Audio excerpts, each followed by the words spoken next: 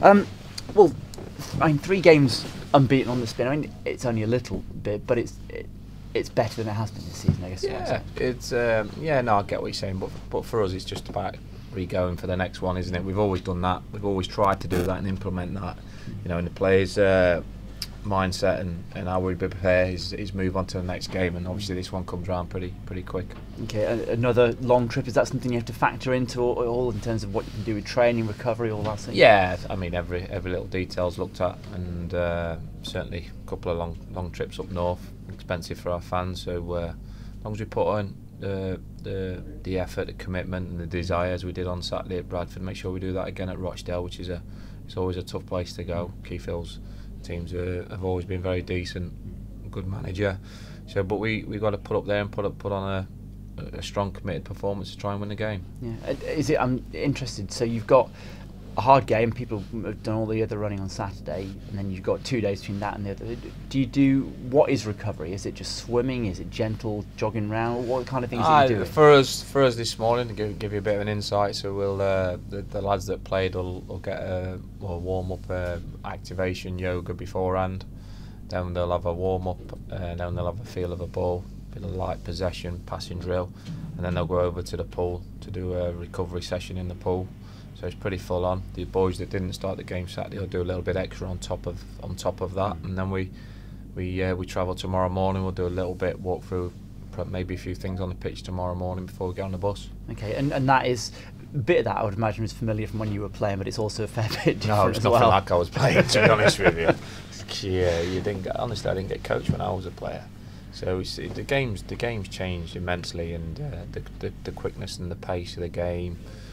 Everything really in the game's got better and better and better, and it keeps doing that. And it's games that you've seen the games this year, even the games we've not really been on the end of any sort of thrashing whatsoever, and we've lost games by the odd goal, and it's normally just fine lines, fine details, individual mistakes, someone switching off there, a little bit of a tactical nous as well sometimes. So they're all done that way, but you've got to be up to speed with what other clubs are doing. Yeah. And that's something where that I think this club has sort of progressed over the last couple of years. You've come quite a long way in a relatively short space of time in terms of that preparation. Yeah, well, listen, we've it's fair play to the owners. Like I say, we've got the structure in place, as in the staff structure in place to make sure that the players have no excuses whatsoever.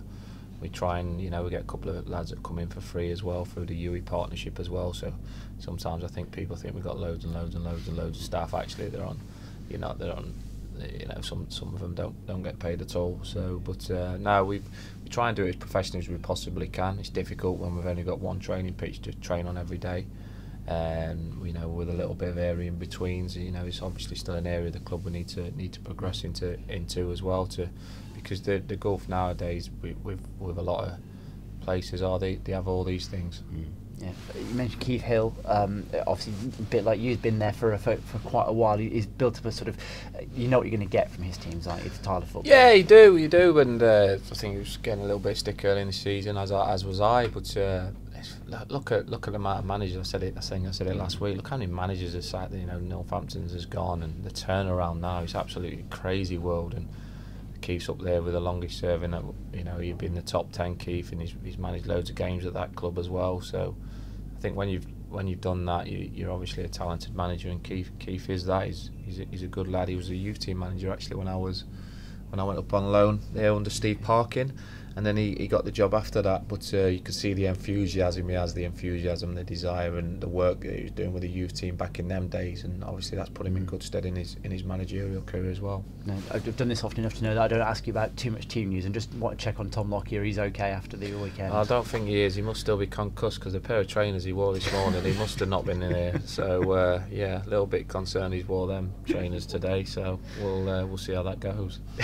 Fair enough. Yeah. And I've been meaning to talk to you about him for a while, but I just think from the sidelines watching Ollie Clarke this year, he seems to have stepped up again in his games. That's your assessment? He seems to have taken a bit more control. Do you know, if you look over the years, and I say this as well, Ollie, players that have been in this club a long time, they've not been good enough, then they have been good enough. They've not been good enough, then they have been good enough. What it is players have form levels, and they dip in and out of form. It's worrying when players are off form for a considerable amount of time. But Ollie's been a great servant. I love the kid. He's a great lad. He's Bristol Rovers through and through.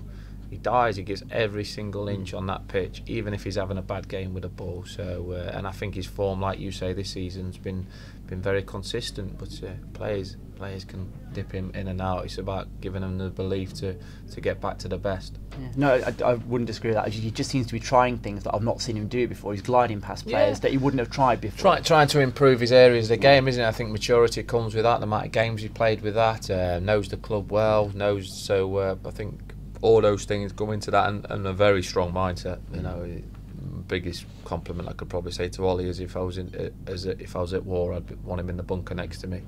Some of I'd be chucking out. Perfect. But cheers.